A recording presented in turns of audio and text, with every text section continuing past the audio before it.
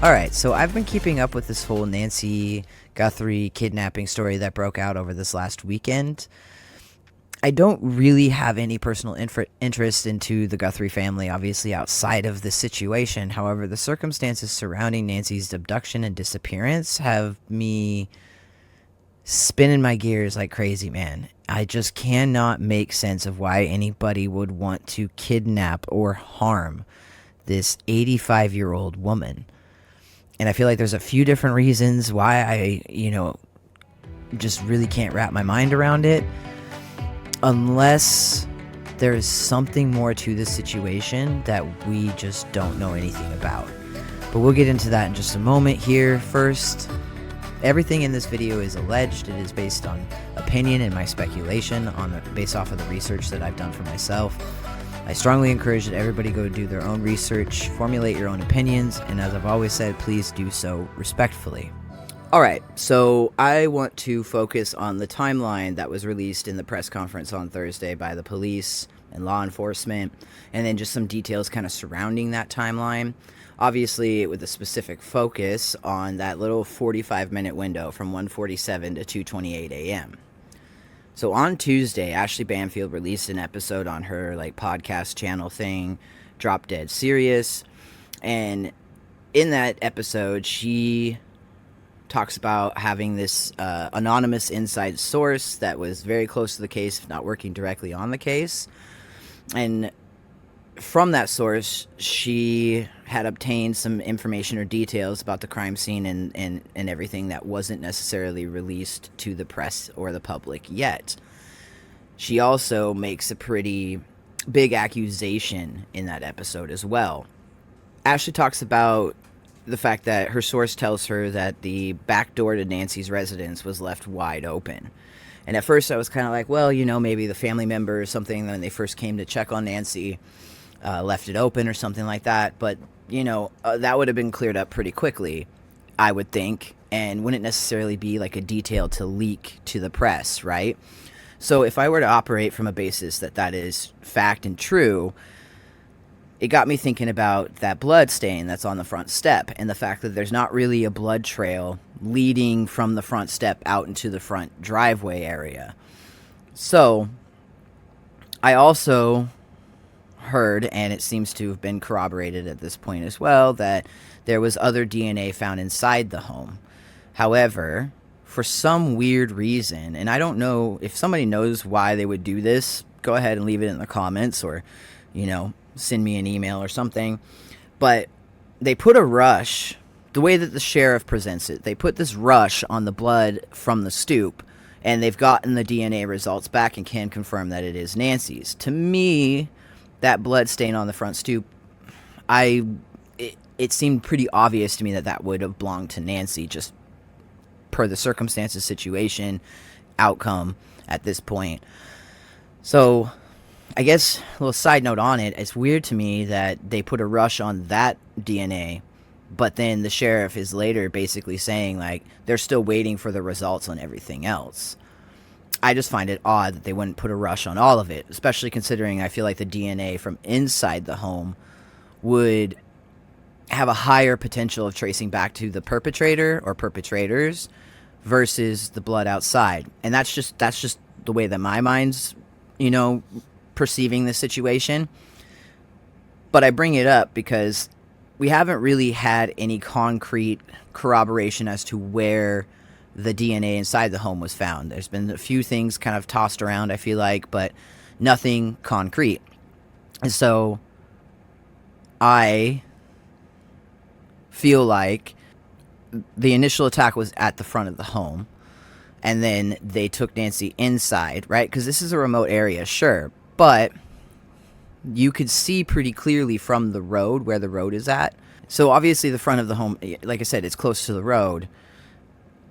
And I feel like it warrants enough caution to not want to have this happening out front of the home in case somebody, drove by or something like that, right? So initial attack at the front of the home.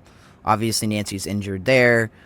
And then they take her inside, and I believe that the DNA found inside the home could possibly be like a blood trail from that front door through to the back of the house, because I just speculate that they took Nancy out the back.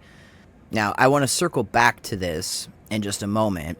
I want to kind of get through a couple of the other things that Ashley had presented.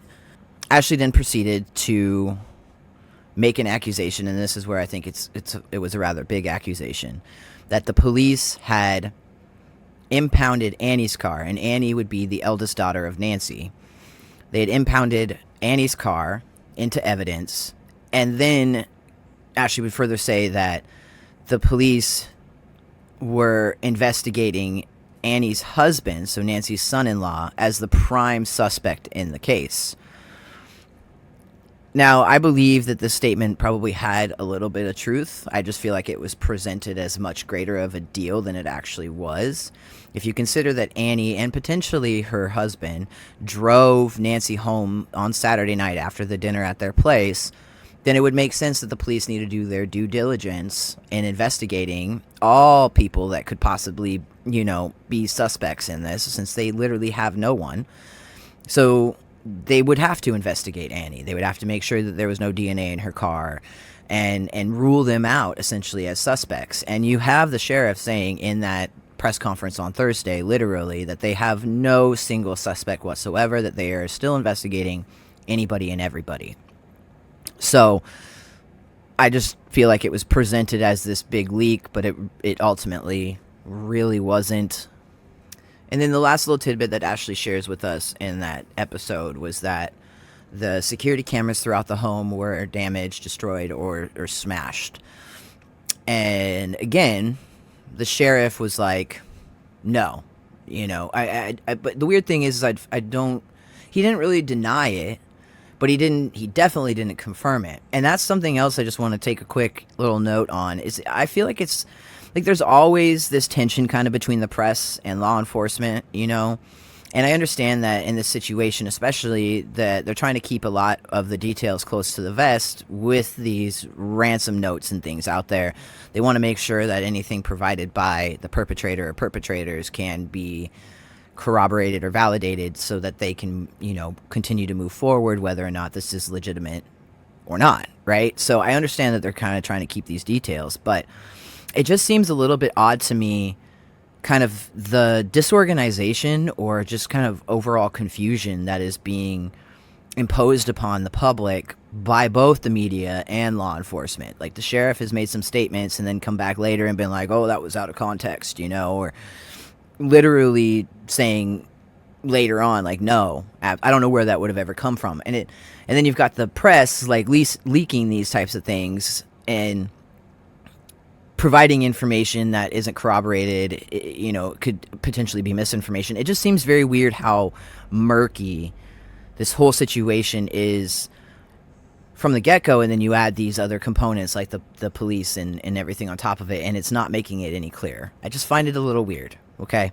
I just have to drop that opinion in there. But this last little tidbit kind of brings me back around to what I was saying earlier. I believe that the attack occurred at the front door. They take Nancy back into the house to ensure that nobody drives by, nobody could possibly witness or see what was going on, and then they lead her around to the back. Now, I could speculate as well that that little notification that happens at 2:12 saying that a person was detected, but oddly enough, there's no video or anything to build off of from there. But maybe my speculation is that could have been them leading Nancy around to the back. And here's the thing about those security cameras. I believe at first they were saying that they were, like, it was a Ring camera.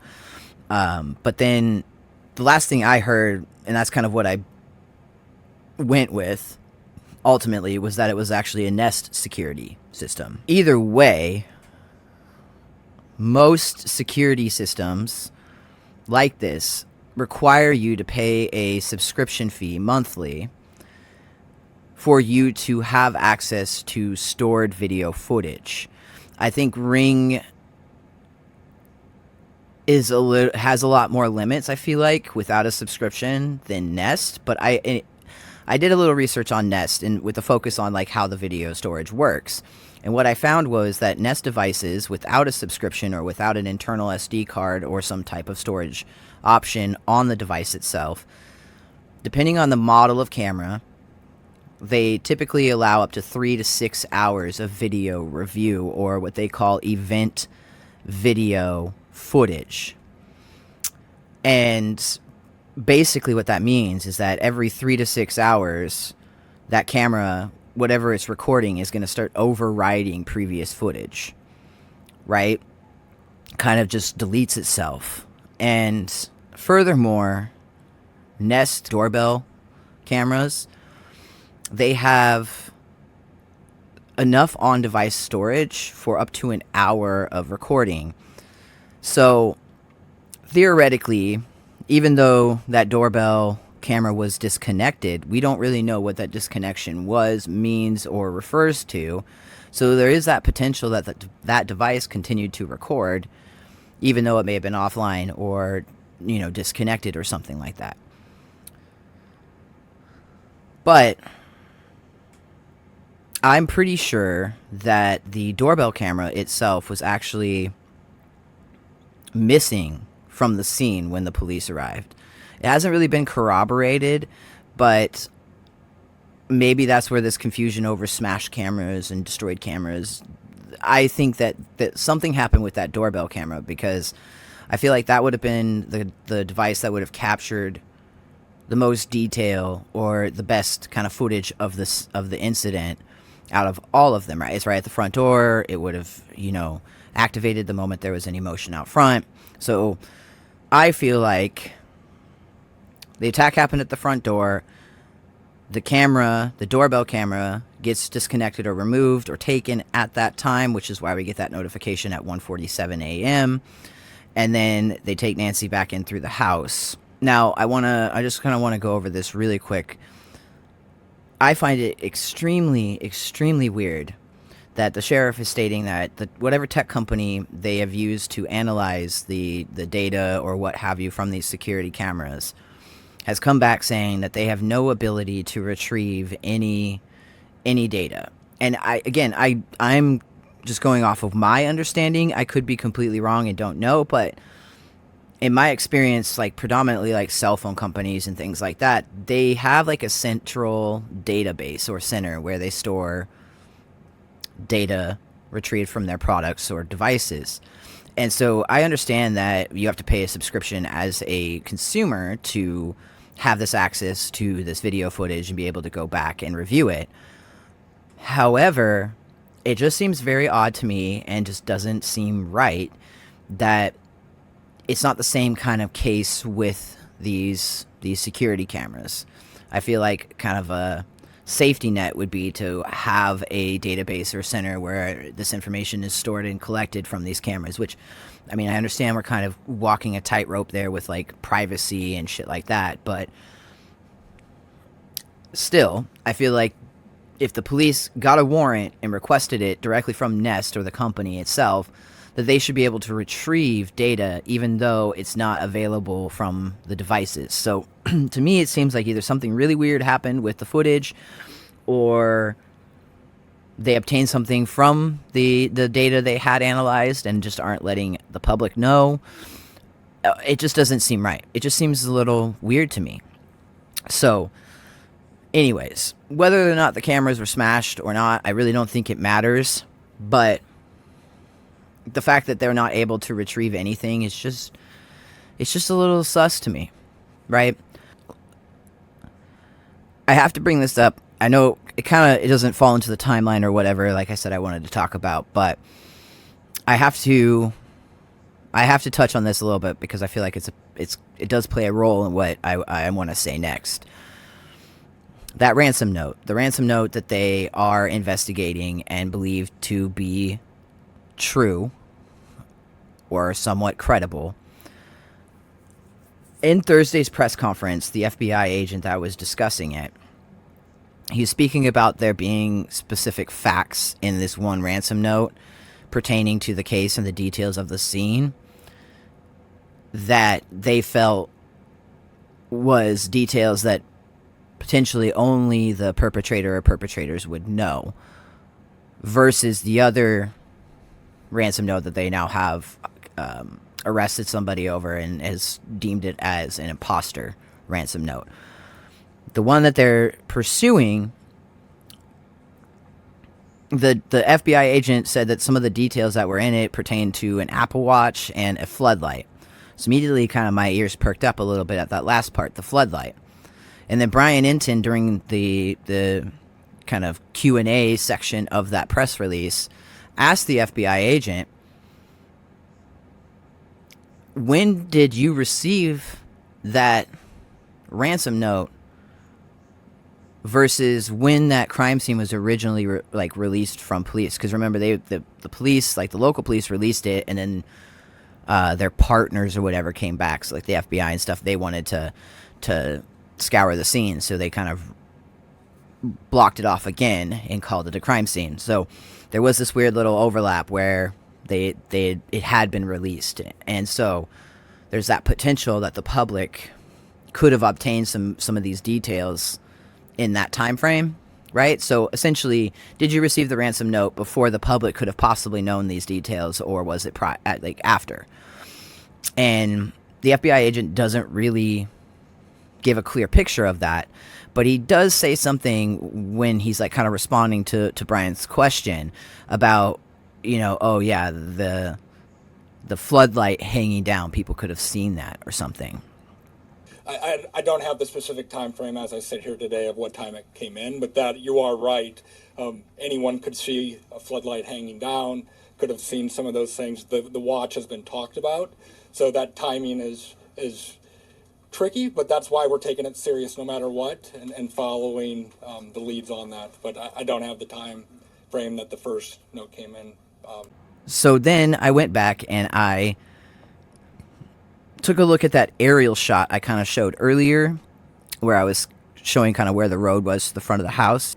So you have this aerial shot of the home, and when they started talking about like the floodlights and stuff hanging down, and I started thinking about my theory, right? This is just my theory, speculating here. But I feel like, okay, so the main attack, the initial attack happens here. Now, I don't know how they would have gotten Nancy to answer her door or come down to the front door. That's something I don't know, but obviously I feel like they did something.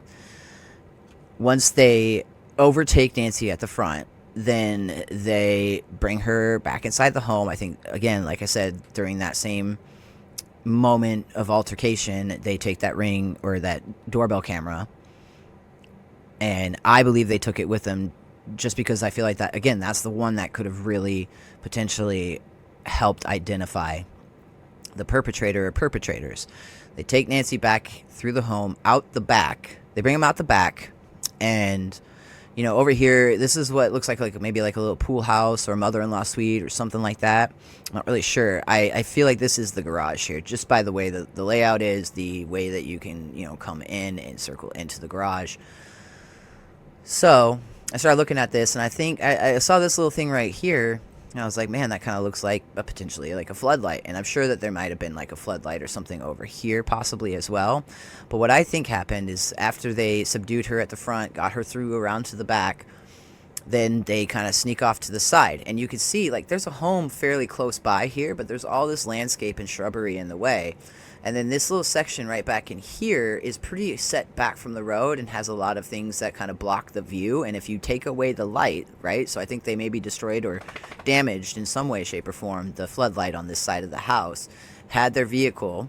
And now there's reports saying that, the neighbors are coming forward saying that they saw like a weird unmarked van, like white van there. And normally when people are working in this neighborhood, they obviously have some type of logo or something to identify them. But they said this van didn't. So potentially maybe it was the perpetrator or perpetrators. But park the van back over here or whatever vehicle they have, take Nancy out of the house this way, and from there, it's kind of a clean getaway almost. And then as Nancy gets further and further away from her Apple devices, we know that Bluetooth has a limited range, so we get that disconnection from her pacemaker at 2:28 a.m. So again, this is just my theory. This is just me kind of spitballing what may have happened that night, because it simply just does not make sense to me for them to want to kidnap an 84-year-old woman. I had said earlier there was a few reasons why it was just very difficult for me to wrap my mind around it. I feel like some people are going to immediately think, oh, well, Savannah is a well-known news anchor for years and is worth millions. But I would push back on that to say there are plenty of rich people out there that do not have near as high of a profile as Savannah and the Guthrie family, which would make it a lot simpler to set up a kidnapping ransom situation than it would with the Guthrie family. The Guthrie family is going to, with such a high profile, they're going to bring a lot more attention and a lot more resources. You get FBI and everything. Like, you got the president literally, telling Savannah that any resources she needs is at her disposal. So you kind of risk this this very intense presence of law enforcement, right? Furthermore, an 84-year-old elderly woman is a burden for kidnappers. She is not of good health. She very limited mobility, and there's just a different level of fragility to it. I also feel like, not that it matters, but I feel like it does matter a little bit, and like the public response to somebody kidnapping an older lady,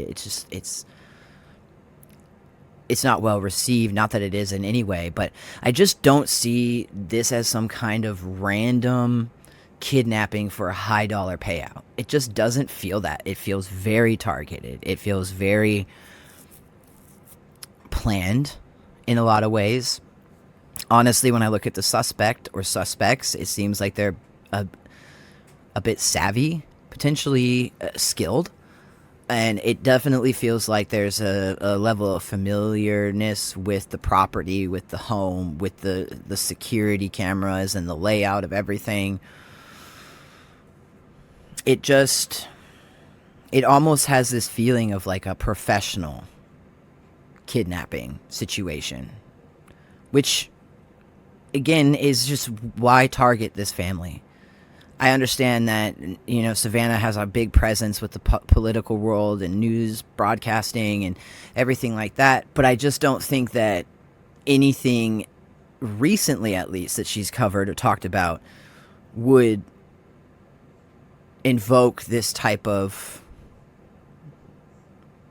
situation or circumstance where someone wants to kidnap her mother and hold her ransom for millions of dollars. Like, it just doesn't, it's not cohesive for me.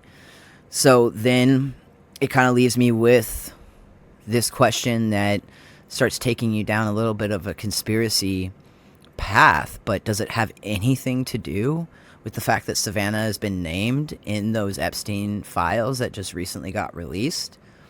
And it seems that Savannah potentially might have some knowledge about that whole ugliness that is the Epstein files and the Epstein Island and all of that shit. Does Nancy know something about it as well? Like, I again, it doesn't seem like it's too far off. And there's got to be a reason for this. I just don't see this being some random attack, right? Like, it just doesn't feel that way. So, I don't know. Some food for thought. I'm going to leave you with this other little clip that I kind of stumbled upon on TikTok, and I'm really not sure, what to make of it, but it definitely was weird. And when this TikTok kind of drew that correlation, I was like, okay, yeah, I already felt weird about it a little bit. Body language, the way that they were speaking, how the brother wasn't speaking at all. The whole video just felt kind of weird. But then I saw this and I was like, okay, yeah, it's definitely weird. She is full of kindness and knowledge. Talk to her and you'll see. Catherine is very gentle and kind. Talk to her and you'll see.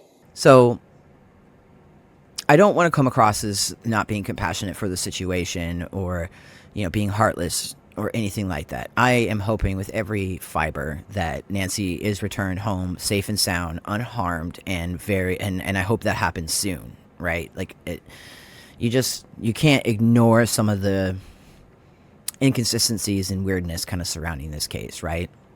So I'll be keeping up to date with this case as it unfolds. So stay tuned. If you like this video and want to see more, go ahead and like and subscribe.